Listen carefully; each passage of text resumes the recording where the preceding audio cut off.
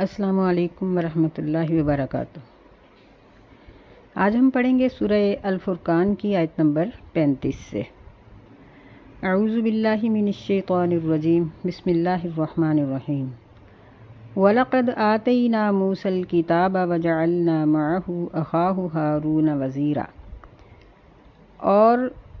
بلا شبہ یا البتہ تحقیق ہم نے موسیٰ علیہ السلام کو کتاب عطا کی، اور ہم نے اس کے ساتھ اس کے بھائی ہارون علیہ السلام کو اس کا وزیر یعنی اس کا مددگار بنا دیا۔ یہاں اللہ تعالیٰ نبی صلی اللہ علیہ وسلم کو تسکین دینے کے لیے، آپ کی تسلی کے لیے انبیاء علیہ السلام کا ذکر فرماتے ہیں، اور یہ تقریباً 5 رسولوں کا ذکر مختصراً ان کی اقوام کے واقعہ سمیت ذکر کیا گیا ہے۔ قرآن مجید کے اعجازات میں سے ایک یہ بھی بہت بڑا اعجاز ہے کہ اللہ تعالیٰ ایک ہی جملے میں یا 1-2 آیتوں میں صدیوں کے واقعات کو جمع فرما دیتے ہیں۔ تو یہاں اس آیت میں اللہ تعالیٰ نے موسیٰ علیہ السلام کا ذکر کیا ہے کہ ہم نے ان کو کتاب دی۔ یہ کتاب کے بارے میں ایک قول تو یہ ہے کہ موسیٰ علیہ السلام کو کوہ طور پر جانے سے پہلے یعنی فرعون کی ملاقات اور اس کے غرق سے پہلے ہی ان کو تورات دے دی گئی تھی،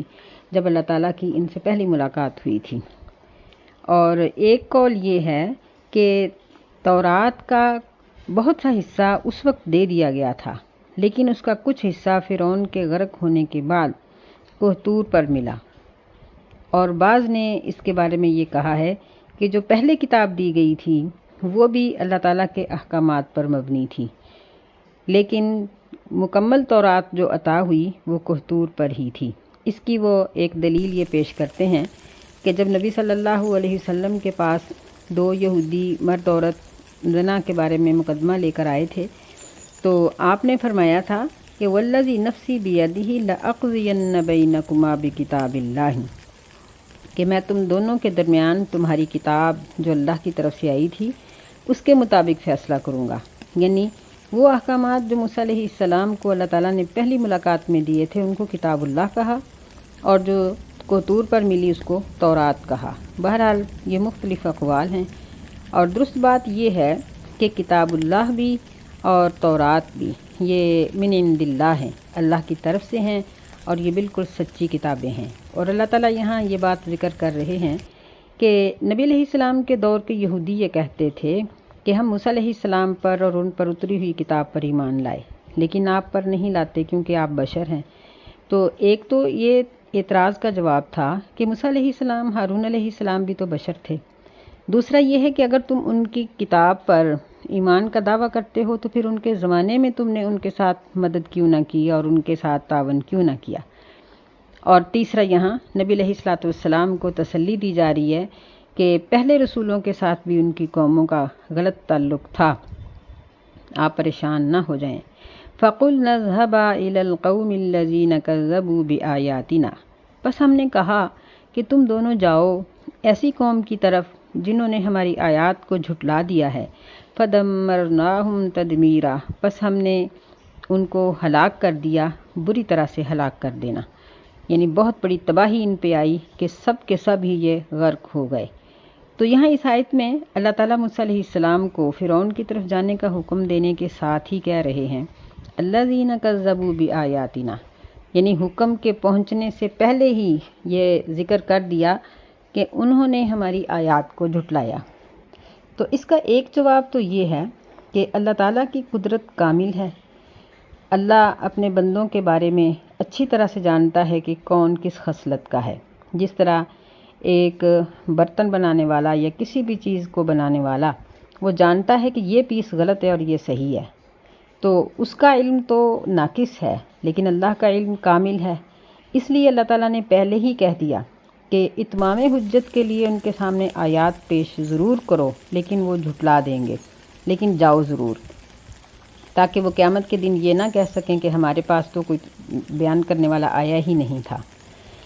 دوسری اس کی تفسیر یہ ہے کہ یہ وہ لوگ تھے جنہوں نے، ظاہر ہے کہ یوسف علیہ السلام اور دیگر سارا سلسلہ انہی لوگوں کے اندر تھا،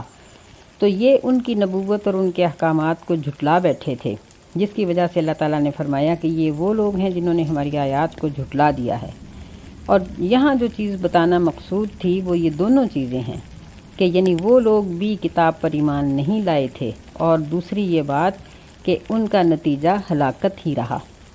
وَقَوْمَ نُوحٍ لَمَّا كَذَّبُوا الرُّسُلَ أَغْرَقْنَاهُمْ، اور قوم نوح جب انہوں نے بھی پیغمبروں کو جھٹلا دیا تو ہم نے ان کو غرق کر دیا۔ وَجَعَلْنَاهُمْ لِلنَّاسِ آیَةً، اور ہم نے ان کو لوگوں کے لیے نشانی بنا دیا۔ وَأَعْتَدْنَا لِلظَّالِمِينَ عَذَابًا أَلِيمًا، اور ہم نے ظالموں کے لیے دردناک قسم کا عذاب تیار کر رکھا ہے۔ تو یہاں قوم نوح کی طرف صرف سیدنا نوح علیہ السلام آئے تھے، لیکن اللہ تعالیٰ نے رسول کہا ہے جو رسول کی جمع ہے کہ انہوں نے پیغمبروں کو جھٹلایا۔ تو مطلب یہ ہے کہ تمام پیغمبر توحید لے کر آئے، جب ایک پیغمبر کی توحید کا انکار ہوا تو گویا سب کا ہی انکار ہوا۔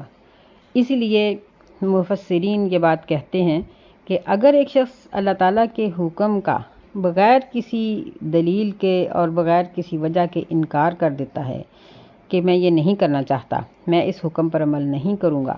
تو گویا کہ اس نے پوری شریعت کو ہی جھٹلا دیا، کیونکہ بادشاہوں کے احکامات کو، سب احکامات کو جھٹلانے پر مجرم کو سزا نہیں ہوتی، بلکہ بادشاہ کا ایک حکم ہی جب جھٹلایا جاتا ہے تو اس پہ مجرم کو سزا ہو جاتی ہے۔ تو اللہ تعالیٰ تو سب سے بڑا بادشاہ ہے۔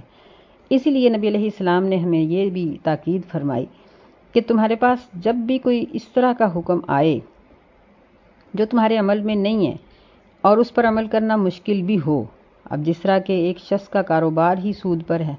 اب اس کو کوئی کہے کہ تم سود چھوڑ دو تو ظاہر ہے کہ اس کے لیے یہ کام بہت مشکل ہے، تو وہ انکار نہ کرے، نہ کرے، بلکہ کہے کہ سمعنا و اطعنا، ہاں جی میں نے مان لیا، اور پھر سمعنا و اطعنا یعنی اطاعت کا اعلان کرنے کے بعد وہ کوشش کرے اور اس گناہ کو جتنی بھی جلدی ممکن ہو چھوڑ دے، تو اللہ تعالیٰ پھر اس کے اوپر کفر کی مہر نہیں لگاتے۔ لیکن اگر وہ انکار کر دے زبان سے یا اپنے عمل سے یا دل سے، تو ایسے لوگ اللہ تعالیٰ کے نزدیک بہت برے ہیں۔ فرمایا کہ ہم نے ظالموں کے لیے دردناک قسم کا عذاب تیار کر رکھا ہے۔ پھر اس آیت میں ایک بات یہ بھی قابل غور ہے کہ اتنی بڑی قوم کو اللہ تعالیٰ نے غرق کیا کہ قوم نوح جیسا سیلاب نہ کبھی اس سے پہلے آیا تھا نہ بعد میں آیا ہے، لیکن اللہ تعالیٰ نے یہاں آیہ کا لفظ بولا ہے، چھوٹی سی نشانی۔ تو مطلب یہ ہے کہ اللہ تعالیٰ کی اس کائنات میں بہت بڑی بڑی نشانیاں موجود ہیں، جس کی وجہ سے اللہ تعالیٰ نے قوم نوح کے اس مسئلے کو چھوٹی سی نشانی کہا۔ یہ اس کی قدرت کے بہت عظیم ہونے کی دلیل ہے۔ وَعَادًا وَثَمُودَ وَأَصْحَابَ الرَّسِّ وَقُرُونًا بَيْنَ ذَلِكَ كَثِيرًا، اور قوم عاد اور قوم سمود اور کنویں والے اور بہت سی بستیاں اس کے درمیان، یعنی ان کے درمیان کئی بستیاں ایسی آئیں کہ جنہوں نے اللہ کی نافرمانی کی اور ملیا میٹ ہو گئیں کہ آج لوگ ان کا نام تک نہیں جانتے۔ تو اصحاب الرس ان کا قرآن اور حدیث میں کوئی بھی مفصل ذکر نہیں آتا، بس ان کے بارے میں اتنا ہی کہا جاتا ہے کہ یہ کنویں والے کہلاتے ہیں، اور ان کی طرف کون سا نبی آیا اس چیز کا بھی ذکر نہیں ملتا۔ وَكُلًّا ضَرَبْنَا لَهُ الْأَمْثَالَ وَكُلًّا تَبَّرْنَا تَتْبِيرًا، اور ہر ایک کی مثال ہم نے لوگوں کے لیے بیان کر دی اور ہر ایک کو ہم نے تباہ کر دیا، تتبیرا بری طرح سے تباہ کر دینا۔ یعنی اگر آپ کی قوم کے لوگ آپ کو جھٹلائیں گے تو یہ بھی نہیں بچ سکیں گے۔ پھر ایسا ہی ہوا کہ جنگ بدر میں یہ لوگ پکڑ لیے گئے۔ وَلَقَدْ أَتَوْا عَلَى الْقَرْيَةِ الَّتِي أُمْطِرَتْ مَطَرَ السَّوْءِ،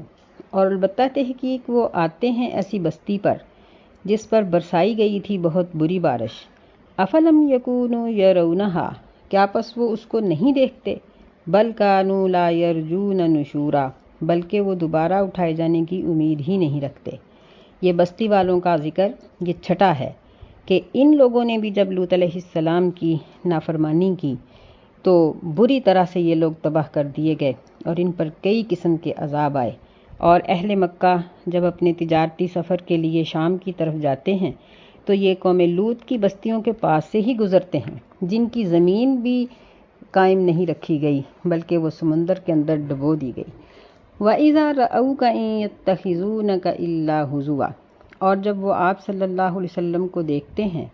تو وہ نہیں بناتے یا نہیں پکڑتے آپ کو مگر مذاق کا نشانہ۔ یعنی ہزو ایسے مذاق کو کہتے ہیں جس میں مد مقابل کی تضحیک ہوتی ہے، اس کی تحقیر کی جاتی ہے، اس کو چھوٹا اور حقیر سمجھا جاتا ہے، اس کو ذلیل کرنے کی جس میں کوشش کی جائے۔ تو یعنی نبی صلی اللہ علیہ وسلم کے ساتھ وہ اس طرح کا مذاق کرتے تھے، اس طرح کے طعنے، اس طرح کے اشارے اور باتیں کیا کرتے تھے۔ اَهَٰذَا الَّذِي بَعَثَ اللَّهُ رَسُولًا، کیا یہ ہے وہ شخص جس کو اللہ تعالیٰ نے رسول بنا کر بھیجا ہے؟ یعنی ایک تو یہ تنزیہ طور پر کہتے تھے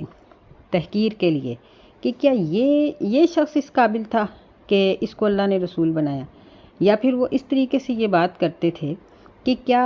اس شخص کی اتنی پاور ہے کہ یہ اللہ کا رسول بنا اور اس نے ہمارے معبودوں کو غلط کہا، یعنی آپ کا مذاق اڑاتے تھے۔ اللہ تعالیٰ نے فرمایا کہ یہ لوگ جو کچھ بھی کرتے ہیں ہماری نظروں سے اوجھل نہیں ہیں۔ فرمایا ان کاد لیضلنا عن آلہتنا، کہ مشرکین کہنے لگے کہ اگرچہ قریب ہے کہ یہ ہمیں ہمارے معبودوں سے گمراہ کر دے، لولا ان صبرنا علیہا، اگر ہم اس پر صبر نہ کریں، یعنی اگر ہم صبر نہ کریں گے تو قریب ہے کہ یہ ہمیں ہمارے معبودوں سے یہ ہمیں گمراہ کر دے، ان سے ہمیں بہکا دے۔ وَسَوْفَ يَعْلَمُونَ حِينَ يَرَوْنَ الْعَذَابَ مَنْ أَضَلُّ سَبِيلًا، اللہ تعالیٰ نے فرمایا کہ وہ بہت جلدی جان لیں گے، جب عذاب کو دیکھیں گے تو انہیں پتہ چل جائے گا کہ من اضل سبیلا، کہ کون راستے سے گمراہ تھا۔ یعنی جب یہ مرنے لگیں گے یا ان پر عذاب آئے گا تو ان کو اچھی طرح سے پتہ چل جائے گا کہ مسلمان یا نبی علیہ السلام راستے سے بھٹکے ہوئے تھے یا یہ خود بھٹکے ہوئے ہیں۔ یعنی یہ عجیب لوگ تھے کہ ایک طرف تو آپ کی تضحیک کرتے تھے، تحقیر کرتے تھے، دوسری طرف وہ اتنا خوف زدہ تھے کہ اپنے کانوں میں روئی کے پھاہے ڈال کر پھرتے تھے کہ ہمیں کہیں محمد صلی اللہ علیہ وسلم کے قرآن پڑھنے کی آواز نہ سن جائے۔ کبھی چھپ چھپ کر قرآن سنتے۔ نبی علیہ الصلاۃ والسلام اپنے گھر میں رات کو تہجد کی نماز پڑھ رہے ہوتے تو یہ چھپ کر جھونپڑی آپ کے گھر کے ارد گرد بیٹھ کر وہ قرآن کو سنا کرتے تھے، اور یعنی ان کو دلوں سے یقین تھا کہ یہ سچے نبی ہیں، لیکن زبانی طور پر انکار کرتے تھے۔ اس لیے وہ کہتے تھے کہ کہیں ایسا نہ ہو کہ یہ ہمیں ہمارے معبودوں سے ہٹا دے۔ اللہ تعالیٰ فرماتے ہیں أَرَأَيْتَ مَنِ اتَّخَذَ إِلَٰهَهُ هَوَاهُ، کیا تو نے اس شخص کو دیکھا جس نے اپنی خواہش کو معبود بنا لیا؟ أَفَأَنْتَ تَكُونُ عَلَيْهِ وَكِيلًا، کیا بس تو اس پر وکالت کرنے والا یا ذمہ دار ہو سکتا ہے؟ یعنی یہ وہ لوگ ہیں جنہوں نے صرف اپنی خواہش کی وجہ سے دین کو چھوڑ رکھا ہے۔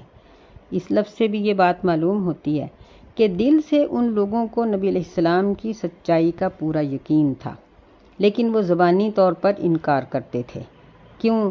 اس لیے قرآن مجید یہ کہتا ہے کہ بغیم بینہم، آپس کی سرکشی کی وجہ سے،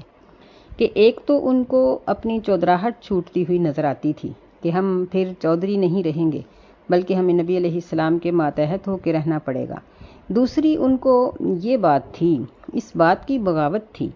کہ نبی علیہ السلام یہ ابو جہل وغیرہ کے سگے رشتہ دار نہیں تھے، یعنی یہ آپ کے سگے چچا نہیں تھے بلکہ یہ دادا کے دوسرے بھائی کی نسل سے تھے۔ تو شریکہ برادری کی ان کو مخالفت تھی کہ یہ ہماری شریک برادری کا یہ بچہ ہے، یہ فرد ہے، تو ہم اس کی نبوت پر ایمان لے آئیں۔ ایسے ہی یہودی جو تھے ان کو اس چیز کی بغاوت تھی کہ سارے نبی تو سیدنا یعقوب علیہ السلام کی اولاد سے آئے، اسحاق علیہ السلام کی اولاد سے آئے، تو نبی صلی اللہ علیہ وسلم اسماعیل علیہ السلام کی اولاد سے آئے، ہم ان کے اوپر ایمان کیوں لائیں؟ تو فرمایا کہ صرف اپنی اس ہٹ درمی کی وجہ سے یہ لوگ جہنم میں چلے گئے۔ ام تحسب ان اکثرهم یسمعون او یعقلون، کیا تم گمان کرتے ہو کہ ان میں سے اکثر سنتے ہیں یا سمجھتے ہیں؟ انہم الا کالانعام، نہیں ہیں یہ مگر چار پاؤں کی طرح، بل ہم اضل سبیلا، بلکہ وہ اس سے بھی زیادہ رستے سے بھٹکے ہوئے اور گمراہ ہو چکے ہیں۔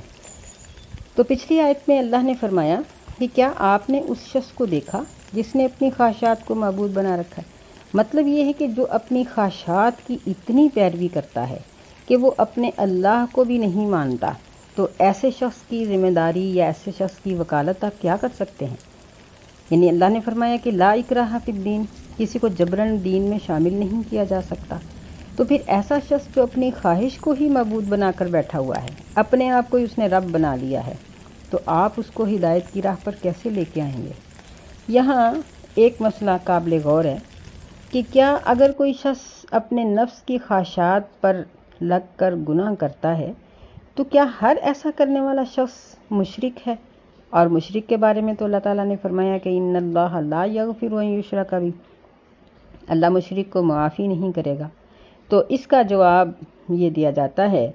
کہ وہ شخص جو اپنی خواہشات کے پیچھے لگ کے اتنا اندھا ہو جائے کہ اپنے رب کا بھی انکار کر بیٹھے، یعنی کفر کی حد تک چلا جائے، تو ایسا شخص یہاں مراد ہے۔ لیکن وہ مسلمان جو اللہ تعالیٰ کے معبود ہونے کو تسلیم کرتے ہیں، اللہ کو اپنا رب مانتے ہیں، اللہ تعالیٰ کی اطاعت و فرما برداری بھی کرتے ہیں، نبی علیہ الصلاۃ والسلام کے احکامات کو بھی اپنانے کی کوشش کرتے ہیں، لیکن کہیں پھر ان کی خواہشات غالب آ جاتی ہیں، تو ایسے لوگ اگرچہ گناہ گار ہیں، ممکن ہے کہ ان کے گناہ بہت ہی زیادہ بڑھ جائیں اور وہ جنت میں جانے کے قابل ہی نہ رہیں، لیکن یہ لوگ مشرک نہیں کہلائیں گے۔ یعنی مسلمان ہونے کے بعد اگر کوئی شخص اپنی خواہشات کے پیچھے لگ کر گناہ کرتا ہے، نماز چھوڑتا ہے، حلال چھوڑتا ہے، یا جھوٹ بولتا ہے، یا کسی کا حق مارتا ہے، یا کوئی بڑے سے بڑا یا چھوٹے سے چھوٹا گناہ کرتا ہے لیکن وہ کلمہ گو ہے، تو یہ وہ مشرک نہیں ہے جس کے بارے میں اللہ تعالیٰ نے قرآن مجید میں وعید سنائی۔ البتہ یہ سخت گناہ گار بھی ہے، یہ ظالم بھی ہے کہ اپنے آپ پر ظلم کر رہا ہے۔ اور جو شخص خواہشات کے پیچھے اللہ کی عبودیت کا ہی انکار کر بیٹھتا ہے، مسلمان ہی نہیں ہوتا، وہ مشرک ہے جس کے بارے میں اللہ نے فرمایا کہ اللہ ایسے مشرکوں کو کبھی بھی نہیں بخشے گا۔ اللہ تعالیٰ ہمیں محفوظ رکھے۔ اور اس آیت میں فرمایا کہ ایسے لوگوں کو جو اپنی خواہشات کے پیچھے لگے ہوئے، ان کے بارے میں تم کیا سوچتے ہو کہ یہ تمہاری مجلسوں میں آتے ہیں، جمعے پڑھتے ہیں، درس سنتے ہیں، یا یہ باقاعدہ کوئی کورس کر رہے ہیں دین کا؟ نہیں، یہ انہم الا کالانعام، یہ تو چار پاؤں کی طرح ہیں، بلکہ اس سے بھی گمراہ ہیں کہ چار پایا بھی اپنے گھر کے راستے کو پہچانتا ہے اور واپس آ جاتا ہے، اپنے مالک کو پہچانتا ہے۔ یہ کیسے لوگ ہیں کہ یہ کلمہ بھی پڑھتے ہیں لیکن پھر بھی یہ اپنے اللہ کو نہیں پہچانتے، اس کی اطاعت اور فرما برداری میں نہیں آتے، رسول اللہ صلی اللہ علیہ وسلم کی ذات کا اقرار بھی کرتے ہیں لیکن ان کی اتباع ہی نہیں کرتے۔ تو ایسے لوگوں کے لیے اللہ تعالیٰ نے وعید سنائی ہے۔ أَلَمْ تَرَ إِلَىٰ رَبِّكَ كَيْفَ مَدَّ الظِّلَّ وَلَوْ شَاءَ لَجَعَلَهُ سَاكِنًا، کیا تو نے نہیں دیکھا کہ تیرے رب نے کس طرح سے سائے کو پھیلایا، اور اگر وہ چاہتا تو اس کو کر دیتا ساکنن، ضرور اس کو ٹھہرا ہوا بنا دیتا۔ ثُمَّ جَعَلْنَا الشَّمْسَ عَلَيْهِ دَلِيلًا، پھر ہم نے اس پر سورج کو دلیل کے طور پر بنا دیا۔ یعنی سایہ یہ اللہ تعالیٰ کی ایک بہت بڑی نعمت ہے، اور یہ کیا چیز ہے؟ یہ اندھیرے اور روشنی کی درمیانی حالت ہے۔ سایہ رات کا اندھیرا اور دن کی روشنی کے درمیان کی حالت ہے، اور یہ اللہ ہی کی قدرت ہے کہ اگر سایہ نہ ہوتا تو کھیتوں کے جو حصے، مکانات کے جو حصے دھوپ میں رہتے وہ دھوپ سے پھٹ جاتے، جو چھاؤں میں رہتے وہ بھی خراب ہو جاتے، لیکن اس کی کمال قدرت ہے کہ پہلے دن کے وقت یہ سایہ مغرب کی طرف بہت لمبا ہوتا ہے، پھر کرتے کرتے دھوپ پھیلتی جاتی ہے اور یہ سکڑتا جاتا ہے، پھر اس کے بعد یہ مغرب کی طرف، پہلے یہ مغرب کی طرف بڑھا ہوا ہوتا ہے کیونکہ مشرق سے سورج نکل رہا ہے، پھر یہ مغرب کی جانب سورج کے غروب ہونے کی وجہ سے مشرق کی طرف یہ پھیلنا شروع ہو جاتا ہے، اور پھیلتے پھیلتے اتنا لمبا ہو جاتا ہے کہ کسی بھی عمارت یا کسی بھی کھیت کو یہ اپنی لپیٹ میں لے لیتا ہے۔ یہ اللہ تعالیٰ کی بہت بڑی قدرت ہے کہ اگر سایہ نہ ہوتا تو دنیا کے اوپر نباتات نہ ہوتے، کوئی جان زندہ نہ رہ سکتی، پانی تک کا وجود باقی نہ رہتا کہ پانی تو خشک ہو جاتا، اور اسی طرح جو دیگر مخلوقات ہیں ان کے اوپر بھی سایہ نہ ہوتا تو بہت برا اثر پڑتا۔ یہ اللہ تعالیٰ کی ایک بہت بڑی رحمت ہے۔ ثم جعلنا الشمس علیہ دلیلا، یعنی سائے کو پہچاننے کے لیے اللہ تعالیٰ نے سورج کو دلیل بنایا۔ اگر سورج کی دھوپ نہ ہوتی تو ہم سائے کو پہچان نہیں سکتے تھے، سایہ بننا ہی نہیں تھا۔ تو یہ اللہ تعالیٰ کی قدرت کا کمال ہے۔ ثم قبضناہ الینا قبضا یسیرا، پھر ہم اس کو لپیٹ لیتے ہیں اپنی طرف، بڑی آسانی کے ساتھ لپیٹ لینا یا تھوڑا تھوڑا کر کے لپیٹ لینا، یعنی آہستہ آہستہ سایہ بڑھتا ہے۔ تو یہ بھی اس کی قدرت ہے کہ اگر جس طرح ہم لائٹ جلاتے ہیں، بٹن آن کیا تو بلب روشن ہو گیا، بند کر دیا تو اندھیرا چھا گیا، اگر اس طرح سے سورج کے نکلنے کا سلسلہ ہوتا، اس طرح سے سائے کے ڈھلنے اور اس کے پھیلنے کا سلسلہ ہوتا تو بہت مشکلات تھیں۔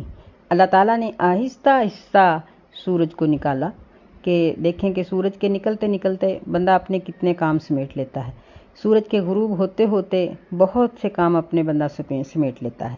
یہ سب اس کی خاص قدرت ہے۔ پھر اس کی قدرت کا بہت بڑا مظہر یہ ہے کہ اتنا بڑا سورج جو زمین سے ہزاروں گنا بڑا ہے، اس کو اللہ تعالیٰ بڑی آسانی سے غروب جب کر دیتے ہیں تو سایہ بھی لپٹ جاتا ہے۔ سورہ نحل میں اللہ تعالیٰ نے فرمایا کہ کیا ان لوگوں نے نہیں دیکھا کہ اللہ نے جو چیزیں پیدا کی ہیں ان کے سائے اللہ کو سجدہ کرتے ہیں، یعنی اس کے مطیع اور فرما بردار ہیں، اور سایہ مشرق کی طرف جھکے یا مغرب کی طرف، یہ اللہ کو سجدہ ہے۔ اور یہ اس کی قدرت کا ایک بہت بڑا کمال ہے جو اللہ تعالیٰ یہاں ذکر کر کے نبی علیہ الصلاۃ والسلام کو تسلی دے رہے ہیں، اور ہم سب کے لیے بھی ایک بہت بڑی نشانی ہے اللہ کی قدرت کی۔ فرمایا وَهُوَ الَّذِي جَعَلَ لَكُمُ اللَّيْلَ لِبَاسًا، اللہ تعالیٰ وہ ذات ہے جس نے تمہارے لیے رات کو لباس بنایا، وَالنَّوْمَ سُبَاتًا، اور دن کو اس نے آرام کرنے کے لیے بنایا، اور اس نے نیند کو آرام کرنے کے لیے بنایا، وَجَعَلَ النَّهَارَ نُشُورًا، اور اس نے دن کو یعنی اٹھ جانے کے لیے یا چلنے پھرنے کے لیے بنایا۔ یہاں اللہ تعالیٰ نے رات کو لباس کا نام دیا ہے کیونکہ لباس ایک ایسی چیز ہے جو پورے جسم کو یا جس جگہ پر بھی ہو اس کو چھپا لیتا ہے۔ تو رات کا اندھیرا جب پھیلتا ہے تو اس سے کوئی بھی چیز باہر نہیں رہتی، کہ یہ نہیں ہو سکتا کہ آدھا گھر دن کی روشنی میں ہے اور آدھا گھر رات کے اندھیرے میں، نہیں، پوری طرح سے رات چھا جاتی ہے ہر چیز پر، یہ اس کی بڑی قدرت ہے۔ اگر رات کی ٹھنڈک نہ ہوتی، رات کی سیاہی نہ ہوتی تو انسان کا دماغ ہی پھٹ جاتا، انسان کی آنکھیں خراب ہو جاتی، اس کا جسم کام کرنے کے قابل نہ رہتا، یہ تمام حجر و شجر یہ پیلے پڑ جاتے، پھلوں کے اندر رس نہ ہوتا، اور پھل اور درخت یہ پرورش نہ پاتے، یہ چھوٹے چھوٹے پودے یہ نشو و نما نہ پاتے۔ یہ اللہ تعالیٰ نے رات میں بہت سی اپنی قدرتیں رکھی ہوئی ہیں کہ راتوں رات کس طرح پودے بڑھتے ہیں اور کس طرح یعنی زمین اللہ تعالیٰ کی رات کے اندھیرے میں ٹھنڈی ہو جاتی ہے،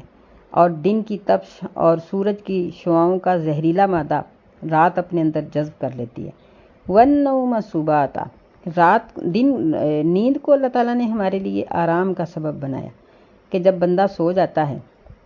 اس کے اعضاء ڈھیلے پڑ جاتے ہیں، جسم کے کئی عضو کام کرنے سے رک جاتے ہیں، جو کر رہے ہوتے ہیں مثلاً دل ہے یا باقی معدہ ہے، تو ان کی رفتار میں بھی آہستگی آ جاتی ہے، جس کی وجہ سے انسان کا ٹوٹا پھوٹا جسم پھر ایک نئی توانائی لے کر دن کے وقت جب اٹھتا ہے تو اسے کل کی تھکاوٹ اکثر یاد ہی نہیں ہوتی۔ یہ اللہ تعالیٰ کی بہت بڑی قدرت ہے رات کا آرام کرنا، اور اسی لیے اسلام نے سرے شام یعنی عشاء کے فوراً بعد سو جانے کو ترجیح دی، اور فجر کے سے پہلے ہی یا فجر کے وقت کم از کم اٹھ جانے کی تلقین کی ہے۔ آج کی سائنس بھی اس چیز کو ثابت کرتی ہے کہ انسان کے دماغ میں ایک ایسا حصہ ہے جو رات کے اندھیرے میں صرف کام کرتا ہے اور وہ پورے جسم کی مرمت کر دیتا ہے، لیکن اگر ایک شخص جاگتا رہتا ہے رات کو یا وہ روشنی میں سوتا ہے تو دماغ کا وہ حصہ کام نہیں کرتا، بلکہ وہ الٹا زہریلا مادہ پیدا کرنا شروع کر دیتا ہے، جس کی وجہ سے اس کے جسم میں زہریلی بیماریاں پیدا ہو جاتی ہیں۔ تو یعنی نبی علیہ السلام کا یہ فرمان کہ عشاء کے بعد جلدی سو جاؤ اور فجر سے 2 گھنٹے پہلے اٹھو،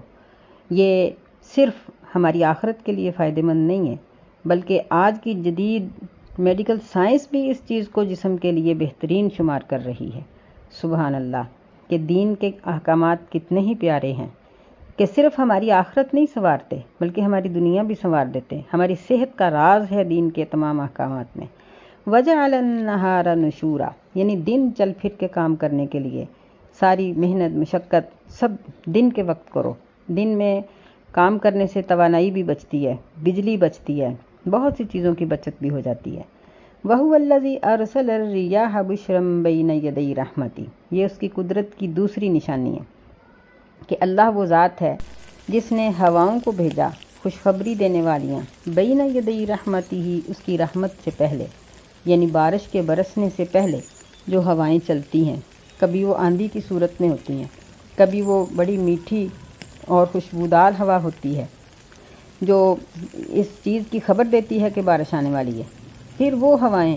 جو بادلوں کو اکٹھا کرتی ہیں، پھر وہ ہوائیں جو بادلوں پر دباؤ ڈال کے اللہ کے حکم سے اس میں سے بارش کو برساتی ہیں۔ یہ تمام ہوائیں یہ اللہ تعالیٰ کی قدرت اور اس کے قبضے میں ہیں۔ وَأَنزَلْنَا مِنَ السَّمَاءِ مَاءً طَهُورًا، اور ہم نے نازل کیا آسمان سے پاک پانی، یعنی یہ اس کی کمال قدرت ہے کہ اگرچہ سمندر کھارے ہیں، سمندروں کا پانی کڑوا ہے، لیکن انہی سمندروں سے جب بخارات اٹھتے ہیں اور بادل بنتے ہیں تو اللہ کے حکم سے وہ پانی صاف ستھرا اور میٹھا ہوتا ہے۔ بارش کا پانی کبھی کھاری نہیں ہوا، میٹھا پانی ہوتا ہے۔ اور پھر فرمایا کہ طہورا، یعنی پاکیزگی کا سبب۔